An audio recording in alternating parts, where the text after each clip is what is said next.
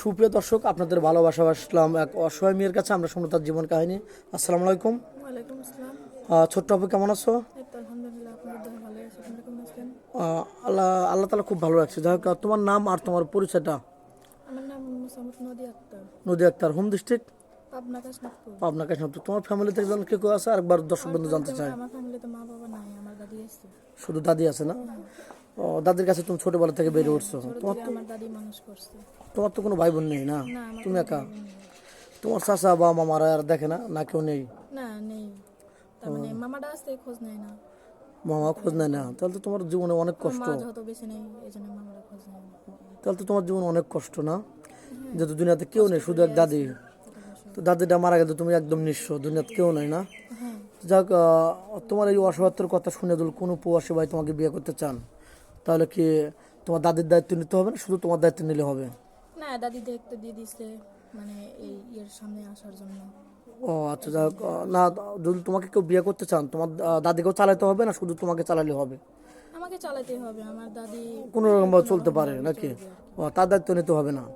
আচ্ছা, কোনো প্রবাসী ভাই তোমাকে যদি বিয়ে করে বাইরে নিয়ে যেতে চান, তোমার দাদিকে আবার আপত্তি করবে, যেতে দেবে নাকি হ্যাঁ, যাতে বারণ করবে? যাতে দিবে, যেহেতু বড় করে তুলছে, এখন বিয়ে শাদী দিতে হবে, এই কারণে। আচ্ছা, অনেক প্রবাসী ভাই আছে, তার ওয়াইফ টাকা পয়সা নিয়ে বা একটা বাচ্চা রেখে আরেকজনের হাত ধরে পালিয়ে যায়, তাকে সর্বশান্ত করে দিয়ে। ওরকম মেনে হলে তোমার চলবে, যেহেতু তুমি অবিবাহিত? হ্যাঁ, চলবে। চলবে তো না?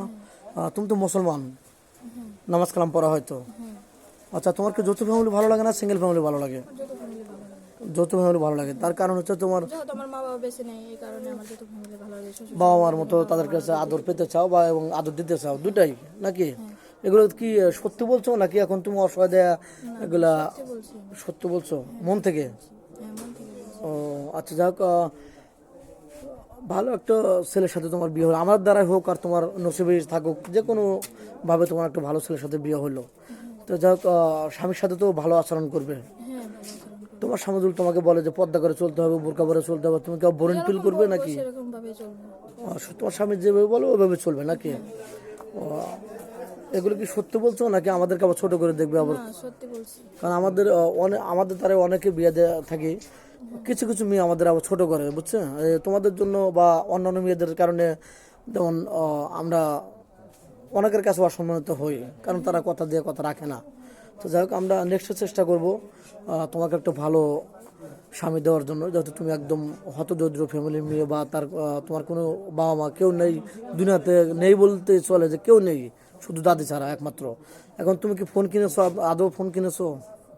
না, আমার ফোন টোন নাই। ফোন নেই? মানে খাওয়ার যেটুকু জোটে আমার দাদি মানুষের বাড়িতে কাজ করে, ও ওইটুকু আচ্ছা দিয়ে আমাদের সংসার চলে। আচ্ছা, তুমি বলতে পারছো তোমার ফোন নেই।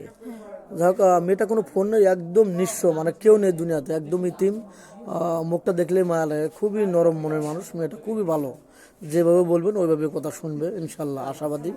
যাই হোক, মেয়েটা কোনো ফোন নেই, আমাদের নাম্বার দেওয়া থাকবে, কেউ ভিডিও কল দেবেন না, ইমো হোয়াটসঅ্যাপ আছে, কেউ ভিডিও কল দেবেন না, অডিও কল দেবেন। ভিডিও কল দিলে ব্লক করতে বাধ্য হবো। ভালো থাকবেন, সুস্থ থাকবেন, মেয়েটার জন্য দোয়া করবেন। আল্লাহ হাফিজ।